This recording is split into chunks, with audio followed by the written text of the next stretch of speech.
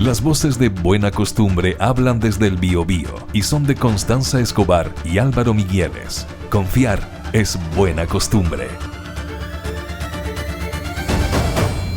Efectivamente que estamos en Metropolitan FM 88.5 para saludar al analista político Lucas Serrano. Lucas, ¿cómo estás tú? Buenos días. Hola Lucas, ¿cómo estás? Hola, buenos días, gusto de estar acá, felicitarlos por el día también del comunicador radial y feliz nuevamente de poder compartir con ustedes.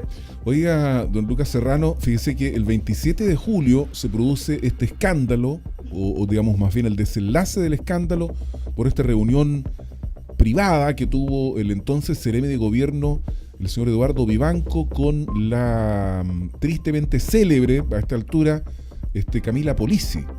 Y se va Eduardo Vivanco, renuncia, todavía en condiciones que a muchos les gustaría tener más claridad de por qué estaba ahí, qué fue lo que pasó.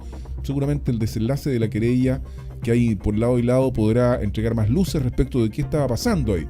Pero el asunto es que esto desencadena una crisis porque se va el seremi de gobierno que es ni más ni menos que el vocero aquí en la región del Biobío, y han pasado casi agosto completo, vamos a terminar septiembre y todavía no hay seremi de gobierno. ¿Es normal eso, Lucas Serrano? ¿Cómo puede afectar a la gestión del gobierno una vocería que no tiene voz? Sí, bueno, nuevamente partir recordando que ahí el error es un error bastante novato, finalmente el que comete el ex seremi de gobierno, que supuestamente tenía una gran trayectoria política en nuestra región y creo que no estuvo a la altura sin duda alguna porque cometió un error y se inmiscuyó en un conflicto que él no tenía mucho que tocar tampoco. Claro. Pero en ese sentido, obviamente, la seremía de gobierno es importante, obviamente, distintas delegaciones presidenciales, incluyendo también antiguamente las intendencias, le daba más o menos rol dependiendo cómo funcionaba el intendente o la delegación presidencial o la delegada presidencial de cada caso, pero obviamente afecta porque tú necesitas tener un titular de la cartera. Hoy en día estamos con un suplente, con un subrogante que se suma a una gran cantidad de subrogancias que hay a nivel nacional, no solo en seremías, sino en direcciones nacionales, en direcciones regionales de distintos servicios, obviamente entendiendo que es complejo llenar el aparataje de cargos de exclusiva confianza del presidente, como el que recae, porque son algo así como más de 3.000 funcionarios, pero también demuestra que estos temas finalmente no están en agenda. O sea, nadie en Santiago está preocupado, claramente, que no tenemos un seremi de gobierno y les parece que tampoco pasar al subrogante como oficial no es suficiente, entonces basta con una suplencia, demostrando también un poco cuál ha sido la intrascendencia de la seremía en este gobierno, la verdad, y quizás tiene que ver mucho con la llegada de la delegación presidencial y antiguamente la intendencia le daba más fuerza, pero lo que sí queda la sintonía de que en verdad podemos convivir sin tener un seremi de gobierno y no va a pasar nada.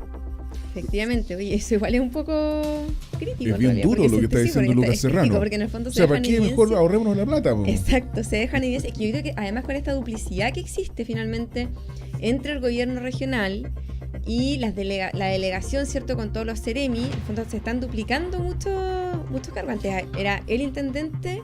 O sea, es que ¿sabes lo que pasa? Que yo creo que son cosas distintas, Constanza, porque cumplen roles distintos. Lo que pasa es que aquí el modelo es que yo no sé si esto se replica en otras regiones del país, pero da la impresión, salvo excepciones.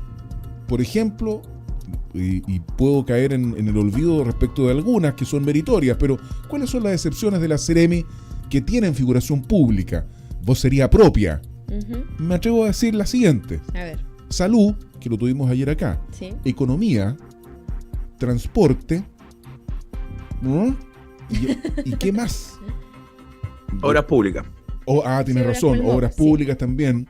Claro, por eso no quería hacer una enumeración, porque efectivamente se me habría quedado fuera obras públicas, que también tienen una vocería potente también, porque digamos, la función de la seremi esencialmente es difundir la obra del gobierno. Claro. Entonces, pero aquí uno tiene la impresión de que todo recae sobre la delegada presidencial. Por eso digo que no sé si es un modelo a nivel nacional o ocurre aquí particularmente en el Biobío, Luca. No sé qué opinión te merece eso.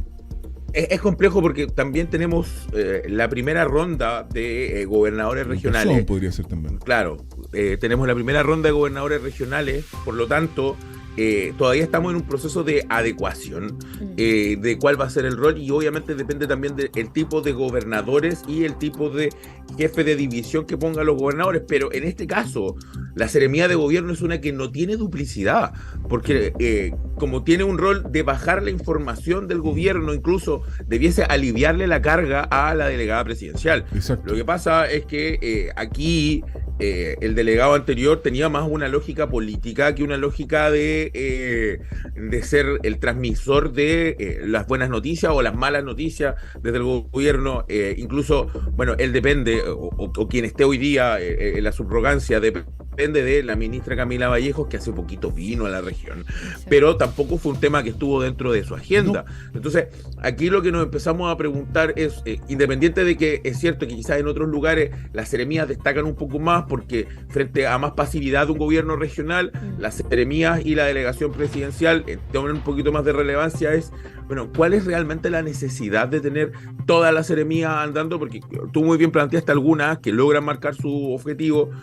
A mí se me ocurren algunas otras, como decía, obras públicas, sí, pero que finalmente depende mucho también del tipo de seremi. Claro, muchos de ellos son ex concertacionistas que estaban acostumbrados a entender que muchas veces para darle relevancia a la seremi ellos mismos tenían que dar su relevancia. Hoy en día tú hablas con gente que de los distintos gremios que sienten que el seremi no marca presencia, o la seremi de turno no, es más o menos intrascendente. Entonces, el rol de poder reactivar las seremías obviamente va a depender de la delegación presidencial, también depende del gobierno central, pero también depende mucho de la actividad que tenga el mismo seremi, sino no la pasividad. Oye, Lucas Serrano, desgraciadamente enlazamos contigo un poco tarde y se nos va a ir el tiempo, pero tengo una pregunta que no está en la pauta, pero tú te enteraste ayer que La Tercera publicó una nota en donde explicita el fin de la coalición de gobierno. Tú sabes que fue el presidente Gabriel Boric fue electo como candidato de Apruebo Dignidad.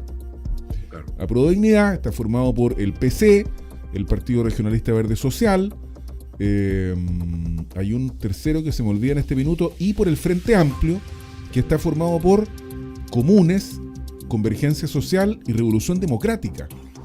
El Partido Liberal. Y el Partido Liberal, exacto. Entonces, se acabó Apruebo Dignidad. O sea, ¿qué es lo que significa esto? ¿Qué repercusión podría tener? Porque La Tercera no fue desmentida, la nota fue replicada por varios medios y se tomó una verdad. Se acabó Apruebo Dignidad, se acabó la coalición de gobierno, la que llevó al presidente Boric a tomar el poder, a ganar el poder más bien. ¿Qué es lo que puede significar esto, Lucas? Ahora, no es tan loco cuando tú piensas que en esos nombres no está mencionado ni el Partido Socialista, claro, que tiene a Mario Marcel, y que no está mencionado el PPD de Carolina Toá, y también en el Partido Socialista está Álvaro Lizalde. Entonces, el presidente hace rato ha dado y ha dependido de precisamente, incluso no solo a nivel nacional, sino precisamente en este tipo de cosas, seremía o cargos a niveles regionales, ha dependido de la ex concertación en muchos casos. Y obviamente se ha visto en una condición que creo que ha tenido un problema también el gobierno anterior, y que cada vez se ha marcado más, que es que Chile es un país muy difícil de gobernar. El otro día yo le preguntaba a mis alumnos cuál es la última reforma trascendental que se ha hecho en este país. Y la respuesta a la que concluimos fue Michelle Bachelet, gratuidad universitaria en el año 2018.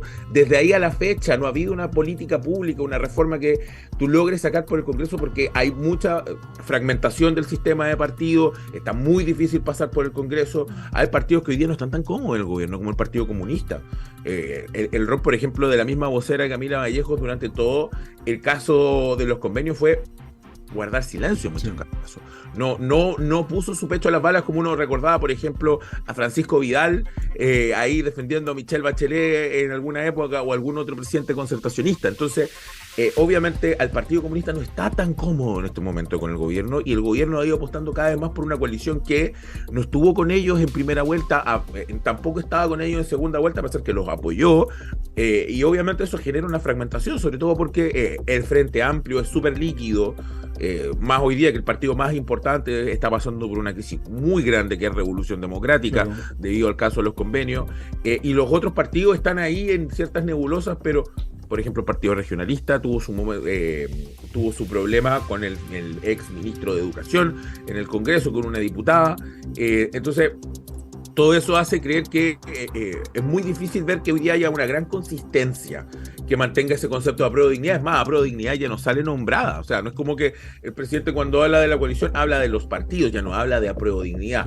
Y no es muy descabellado pensar que partidos como el Partido Comunista puede que no terminen dentro del gobierno, más allá de que algún ex personero o algún personero del partido esté dentro del gobierno, que eso es muy raro que ocurrió en este gobierno. Uno no sabe si el PPD está dentro del gobierno, pero tiene a Carolina Toá. Sí. A pesar que la presidenta Natalia Pergentil de repente se manda unas declaraciones muy fuertes contra el gobierno, ellos tienen una parlamentaria. Eso antes no ocurría tanto, era clarito cuáles eran los partidos que estaban dentro del gobierno. Hoy día apruebo dignidad se ha ido deconstruyendo un poco, ha ido agregando otras fuerzas, y yo creo que eso también ha generado que no tenga la misma consistencia con la que llegó al poder. Aparte, gobernar desgasta. Oye, sí, desgasta mucho, porque hemos visto varios presidentes como entran sin canas y salen, pero como con 20 años más después de 4 años de gobierno. Sí, muchas gracias, Lucas Serrano, por haber venido esta mañana de nuevo. Lucas Serrano, analista político, docente de la Universidad San Sebastián. Gracias por estar acá y te vamos a estar molestando más adelante porque hay harto que conversar. Sí, yo me quedé con hartas preguntas, Lucas, así es que espero tenerte nuevamente acá en el programa. Ustedes saben que yo estoy siempre a disposición, así que feliz de poder acompañarlos. Que tengan un buen resto de jornada. Un abrazo, que estén muy bien. Que estén muy bien, Lucas, nos vemos. Las voces de Buena Costumbre hablan desde el Biobío y son de Constanza Escobar y Álvaro Migueles. Confiar es buena costumbre.